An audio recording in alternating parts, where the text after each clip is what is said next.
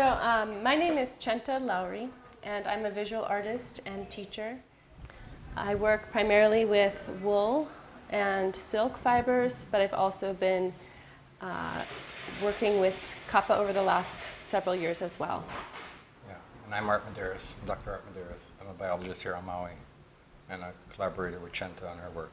Well, I worked for probably 4 decades, and but people may not know that native plants, almost like native culture, are endangered. Not only native plants, but insects and birds and everything that go with them are on the edge. They say the edge of extinction, not being here tomorrow. Well, that's the truth with native plants.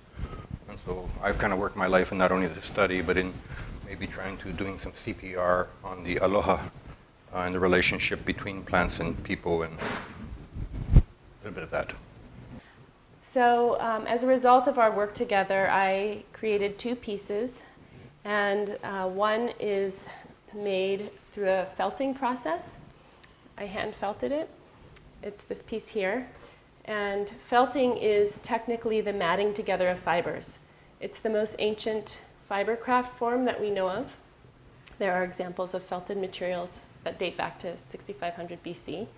And the reason is that it doesn't require any tools. It's just moisture and friction that causes the fibers, wool fibers in particular, to mat together.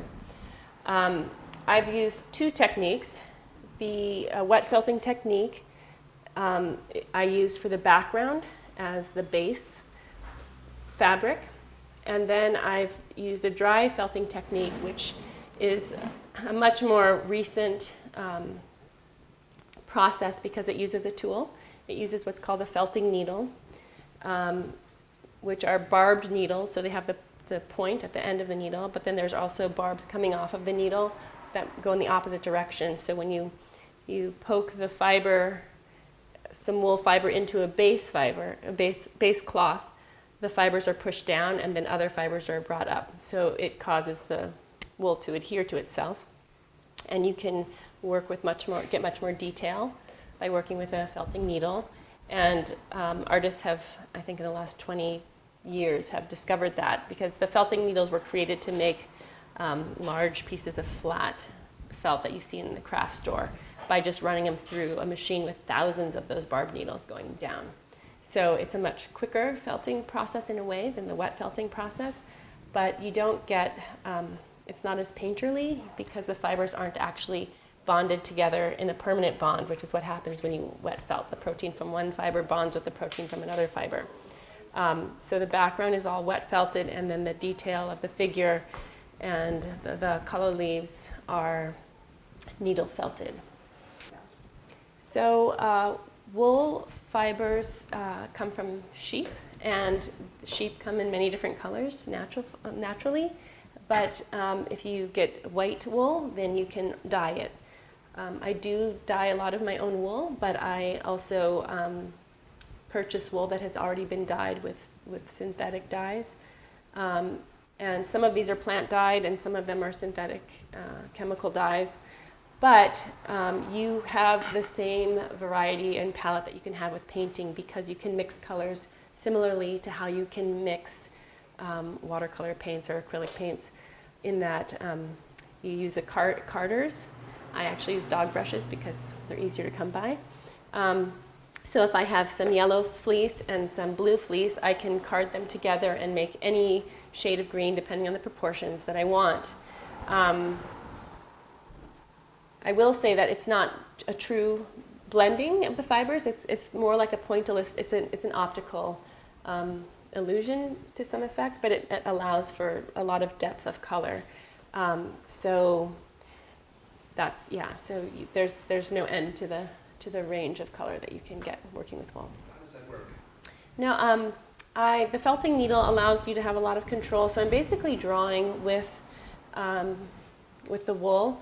What's nice about it is that it is inherently 3-dimensional, so I can, it's different from the drawing where it's the illusion of things, shapes overlapping. I can actually just overlap one leaf with the next or the next colors, and then I can push it down. I can allow for a lot of relief or not so much relief, depending on how I want the final effect to look.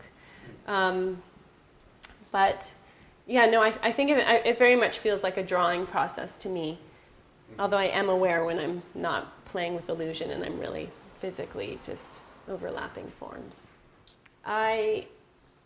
With this piece, what I love about wool, one of the things I love about wool is that it is a sustainable material. You know, the animal doesn't have to die. It's natural, and there's a huge variety. There's over 200 different breeds of sheep, and so different types of wool behave differently. So some wools are much better for wet felting, and some are much better for needle felting, and you have to know that a bit. But just aesthetically, I'm very drawn to textures, and there's a warmth and an intimacy that I feel I can achieve with the wool. However, I don't usually work figuratively, and I found it very challenging to work. As I was working figuratively here, I thought, oh, it'd be so much easier to just paint this and be so much faster. But it was a good challenge in the way that, you know, as artists, we don't always set up challenges for ourselves to push us, and so I really appreciated this opportunity to push in that way. So I've known about Art and his work for many, many years, but I was reminded when I went to a slide presentation that he gave recently, and he was speaking about the Oahu restoration, the Oahu Dry Forest Restoration Project. And he takes volunteers on a at least monthly basis, is that correct, if not weekly? Every other week. Every other week. To work the land and to participate in this restoration project. And I had been thinking about native species and plant species, or animal and plant species for my own work, and I just, seeing him speak about this project in particular was very inspiring to me, and I was reminded of how Art very much thinks the way an artist does in a way. He's a scientist, but he also is he's a connector and a meaning maker, and I was really drawn to that, and I was inspired by how he speaks about the impact of the work on people, not just the focus on the science and the biology. So I was very pleased when he agreed to collaborate with me, and My pleasure. and we got to, I was hoping, and it did include my having an opportunity to go to the forest and volunteer for a day and plant new keiki plants that are endangered and native, and just participate in this effort that's much larger than either of us. Yeah, I worked as a biologist with the federal government for 35 years before I retired to take a work as program manager for the Hawai'i project, because I hadn't seen a project where native forest was responding so well to protection efforts, restoration efforts. It was a forest that was pretty much the walking dead, and we did things and the forest kind of came back to life progressively. So the type of trip that Chenta's talking about it's powerful for me too, because everyone's different, and everyone, I think you can feel the power of nature, first of all, which I don't know why, but it seems that maybe it's because you're helping nature, but there's something about an immediacy there. And there's also about a group of people gathering to do good things in the mountains. I don't know why, it's very powerful. So I've been doing it for decades now, and every one I find different and exciting.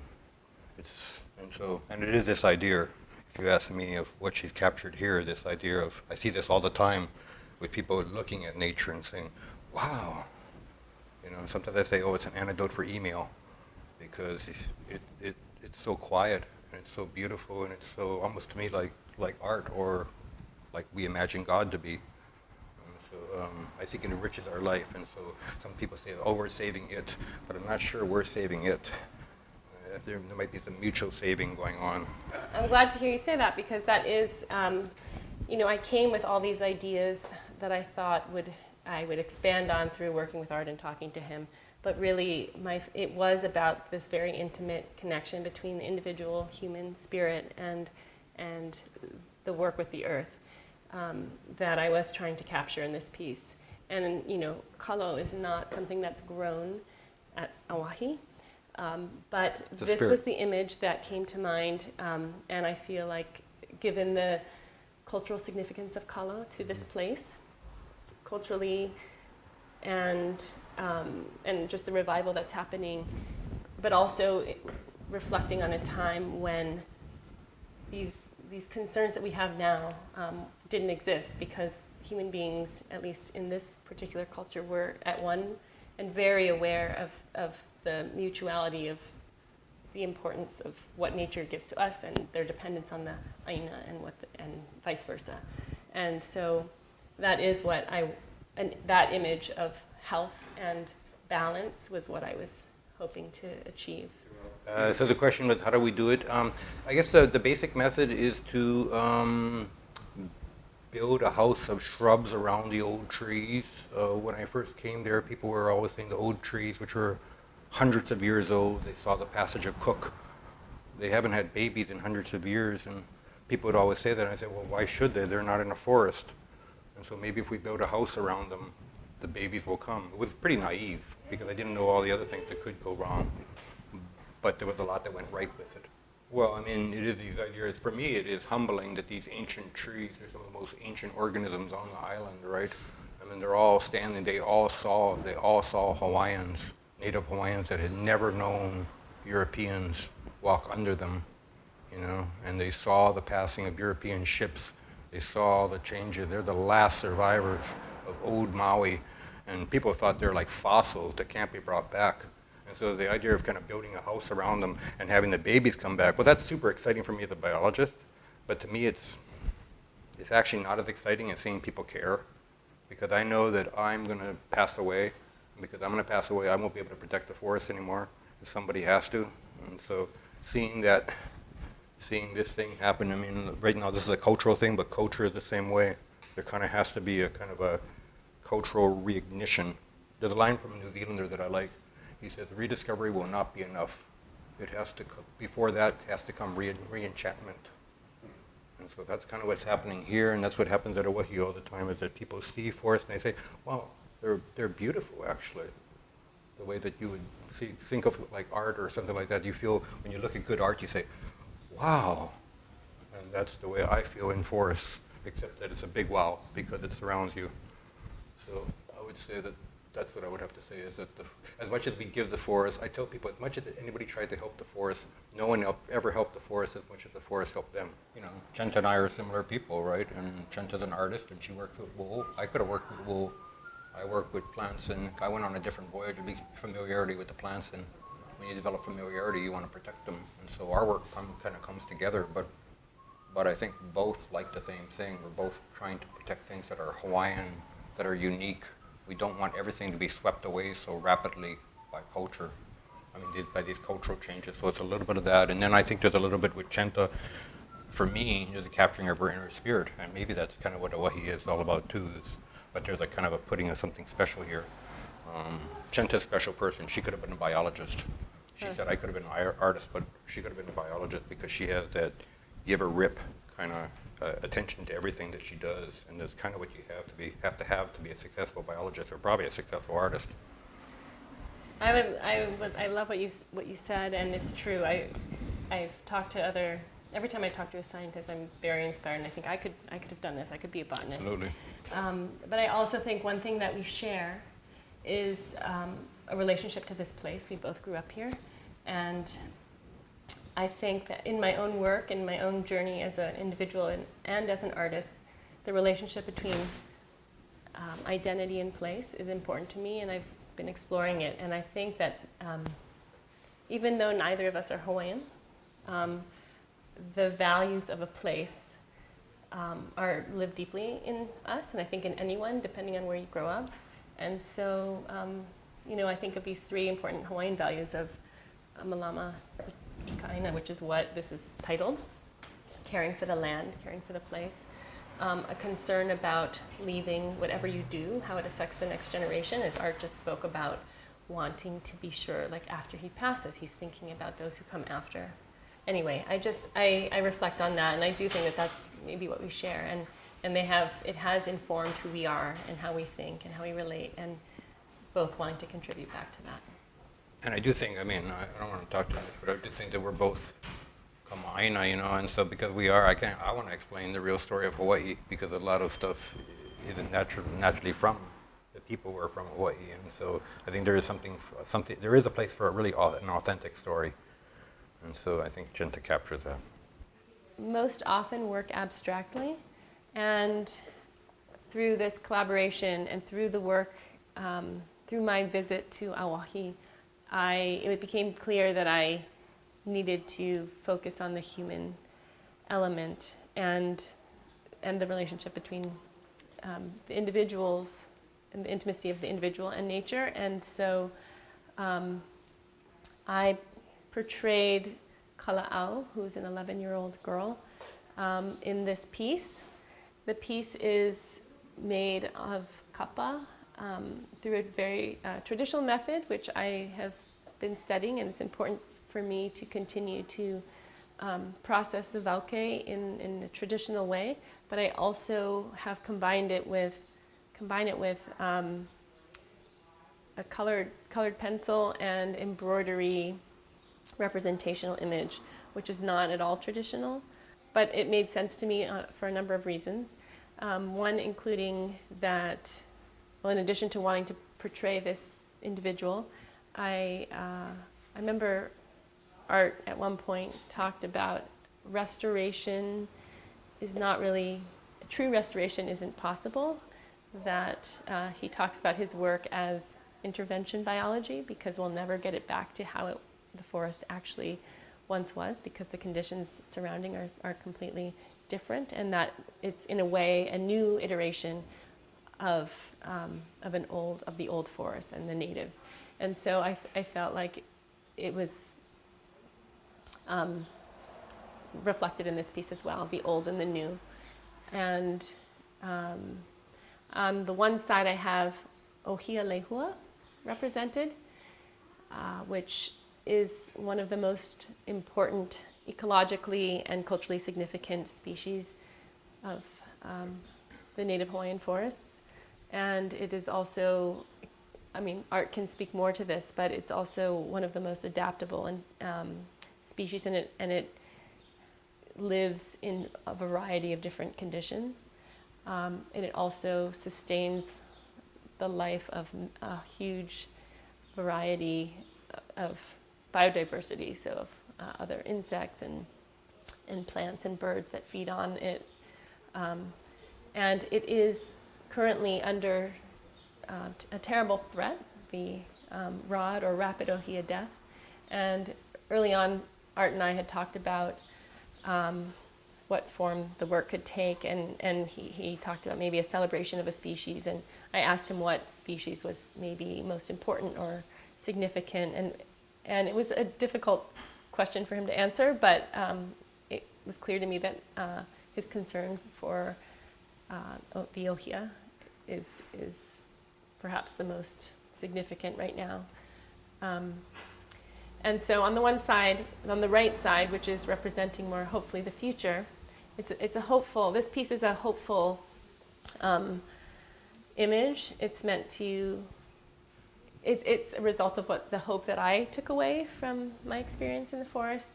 And Kala'au is a very special individual. I hope that Art will share more, but in my mind, she is both a product of a long history of family that understands the importance of caring for the land and has done it in a committed and humble way for many generations.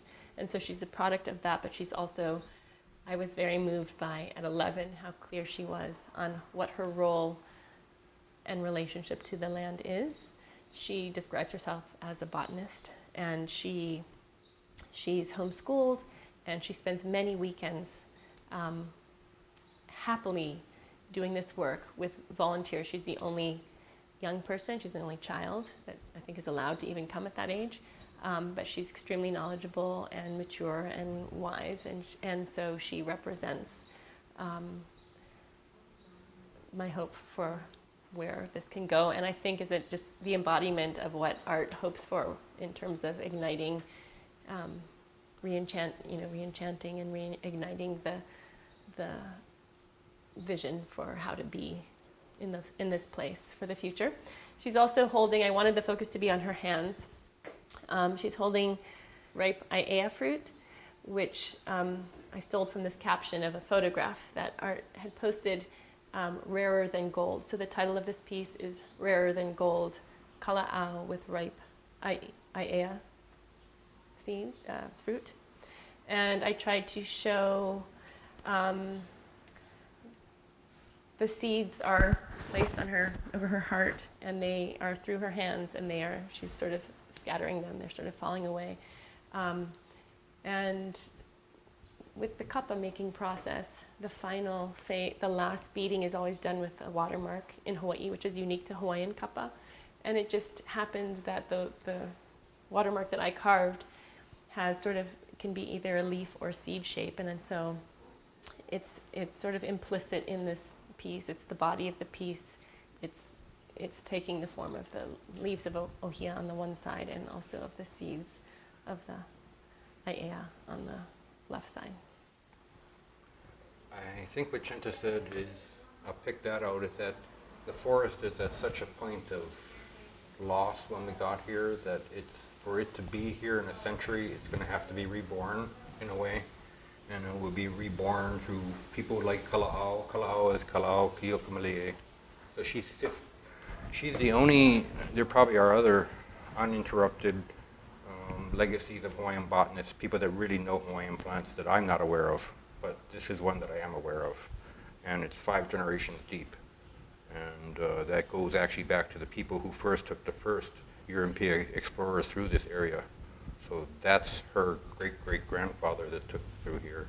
So she has rooted into the land, and I think what Chenta said about her being a type of, she has no devices, no iPhone or anything. Talk about she knows her native plants, she's free to identify them, or oh, that's a weed, or this is that, and so there's beauty in her. The other thing I'll say is that it's matched up with the ohia, and to me the fact that the ohia is here, probably the most abundant native tree in Hawaii, and threatened by a disease that will decimate it. And so the question is, will the two of them be together again? Or this capturing something? Will one be here? It is a thing of hope, and I don't know what happens here. I actually feel more certain about Kala'au and her destiny and her aloha for these things. So the painting, the work captures that, and the idea of Aiea berries is important because out of her hands is going to come so many trees and so much. So I see rebirth of forest, and I see the old forest there, and I, like Chenta said, Kala'au is so special that to see her here, kind of with her own kind of sense of mana, is powerful. Well, I would just say it's been. I would say that Chenta's been effortless because I didn't have to do anything but do what we did, and she appreciated that, and so it was beautiful for my part because I didn't have to change, or I didn't have to be something I wasn't. I just showed her the story that had gripped me, and it was something that maybe had a common kind of a power. And so that was the beautiful thing about working with Chenta. I'd say, I don't know how we started that question, but that's how I'm going to end it. And for me, I think it's again the relationship that I think is really a value. I feel like art is an incredible resource, and it really has changed my thinking and put me on a I feel like it's inspired a new body of work that I'm just at the beginning of, related to the human connection and story with the land and identity and all of that. And I hope we work together again. I feel like we have access to each other in a way that who knows what will come from it, but I think only good things.